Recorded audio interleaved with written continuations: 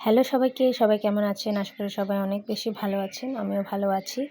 আমার চ্যানেলে সবাইকে স্বাগতম আর ভালোবাসা জানিয়ে আজকে আমি একটা নতুন রেসিপি শেয়ার করব আপনাদের মাঝে। আশা করি সবার কাজে লাগবে। তো আমি এখানে বানাবো বাসন্তী পোলাও।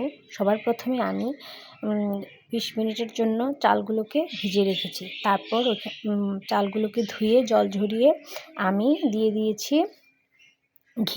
ঘি দিয়েছি, তারপরে লবণ দিয়েছি, পরিমাণ মতো হলুদ দিয়েছি, চিনি দিয়েছি, আদা বাটা দিয়েছি, তারপরে এখানে দিয়েছি জিরা ধনিয়া বাটা, তারপরে দিয়েছি গরম মশলা বাটা।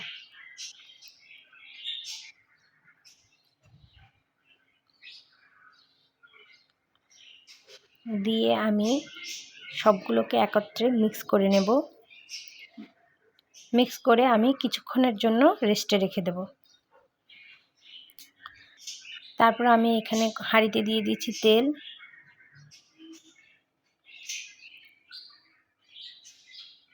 তারপরে আমি এখানে দিয়েছি গোটা এলাচ, দারুচিনি, তেজপাতা, লবঙ্গ, লং, গোটা গোলমরিচ দিয়ে আমি একটু হালকা ভেজে নেব। তারপরে আমি এখানে দিয়েছি কাজু, পেস্তা বাদাম কুচি আর কিশমিশ।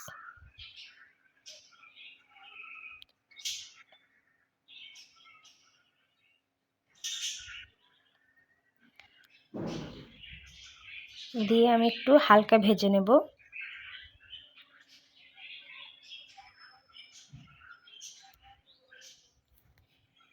তারপর আমি এখানে দিয়ে দিচ্ছি মেখে রাখা চালগুলো, যেটা আমি আগে থেকে মশলা দিয়ে মেখে রেখেছি।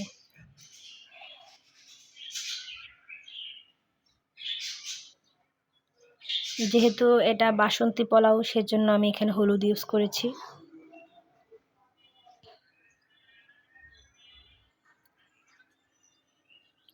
আর বাসন্তী পোলাওটা নর্মাল পোলাও যদি একটু আলাদা হয়, এটা একটু মিষ্টি মিষ্টি টাইপের হয়।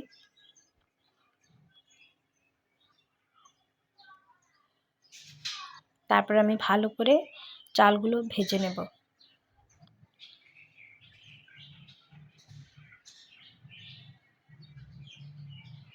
তারপরে আমি এখানে দিয়ে দিচ্ছি জল আর দুধ একসাথে মিক্স করে। তারপরে আমি এটা জলগুলো গরম করে তারপরে আমি দিয়ে দিচ্ছি চালের মধ্যে। সবাইকে অনুরোধ করব আমার ভিডিওটা দেখার জন্য, না টেনে পুরো ভিডিওটা দেখবেন আর লাইক কমেন্ট শেয়ার দিয়ে প্লিজ আমার পাশে থাকবেন। তারপর আমি এখানে দিয়ে দিচ্ছি লেবুর রস। এবার আমি দিয়ে দেব কয়েকটা কাঁচামরিচ। তারপর ঢাকনা দিয়ে ঢেকে একদম লো তাপে 20 মিনিটের জন্য রেখে দেব। এই যে দেখুন আমার হয়ে গেছে বাসন্তী পোলাও। কালারটা খুব সুন্দর এসেছে। এটা মাংস বা ডিম ভুনা এগুলোর সাথে খুব ভালো যায়। সবাই ভালো থাকবেন, সুস্থ থাকবেন। আর আমার ভিডিওটা যদি আপনাদের ভালো লেগে থাকে তাহলে অবশ্যই শেয়ার করে দেবেন।